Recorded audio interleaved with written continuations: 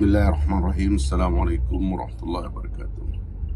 Saya ingin spill sedikit tentang bagaimana saya menceritakan kepada masyarakat Islam, khususnya di Pulau Sumbawa, khusus lagi di kabupaten paling ujung timur Pulau Sumbawa, Bima, Dompu, tentang mengapa kita memilih Prabowo Gibran.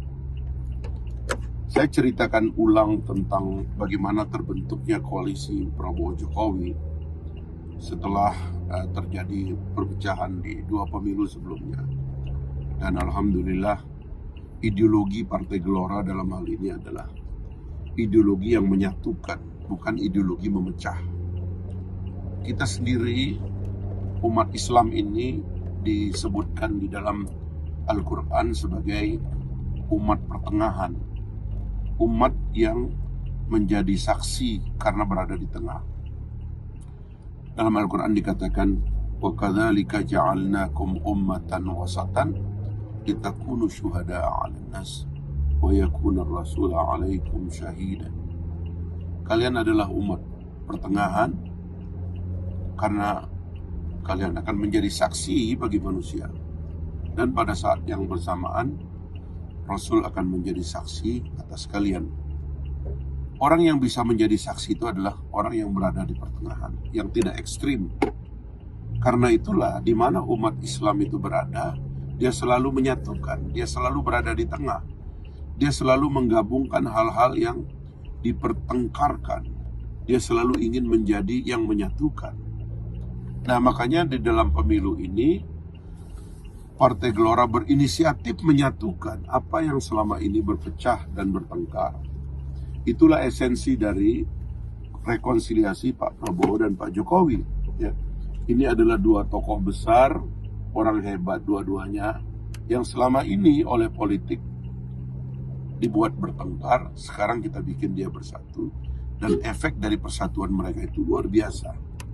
Telah melahirkan kebijakan-kebijakan yang akan menjadi game changer, ya, perubahan yang punya efek dahsyat kepada perekonomian dan kehidupan masyarakat secara umum, seperti hilirisasi misalnya, dan juga seperti rencana untuk memberikan intervensi nutrisi dan gizi kepada rakyat Indonesia. Ini adalah revolusi dalam kebijakan yang banyak negara tidak suka tentunya. Negara-negara lain yang melihat bahwa jejak Indonesia menjadi negara maju, negara kuat, negara superpower itu kelihatan di depan mata. Jangan lupa, besarnya satu negara bukan merupakan hadiah dari negara lain. Kita sendiri punya sejarah bahwa Indonesia merdeka itu kita sebut atas berkat rahmat Allah yang Maha Kuasa, dan dengan didorongkan oleh keinginan luhur, bukan hadiah dari bangsa lain. Kemerdekaan Indonesia bukan hadiah dari Jepang, tapi adalah perjuangan berdarah-darah yang memang disertai juga diplomasi. Tetapi itu semua hanya bisa terjadi karena upaya dan kerja keras kita. Sama, kalau Indonesia menjadi negara superpower, negara kuat yang bisa mensejahterakan rakyatnya, itu tidak mungkin kita titipkan kepada negara lain seolah-olah ada mekanisme pasar yang bisa tiba-tiba membuat kita sejahtera. Tidak, itu perlu intervensi, perlu keberanian memimpin. Nah, menyatukan Prabowo Jokowi yang akhirnya menyebabkan terjadinya rekonsiliasi besar adalah ideologi umat Islam, adalah ideologi pertengahan, dan inilah yang sedang berjalan. Sehingga wajar kalau mulai hari ini dan setelah kita selesaikan pemilu sekali putaran nanti 14 Februari 2024, kita akan menyaksikan negara yang bersatu, berdaulat, adil, dan makmur. Dan insya Allah itulah Indonesia menuju Indonesia emas, menuju superpower baru. Saya mengajak semuanya, khususnya umat Islam, khususnya para kiai, ulama, ustadz, habaib, ayo kita ke tengah, tinggalkan yang lain.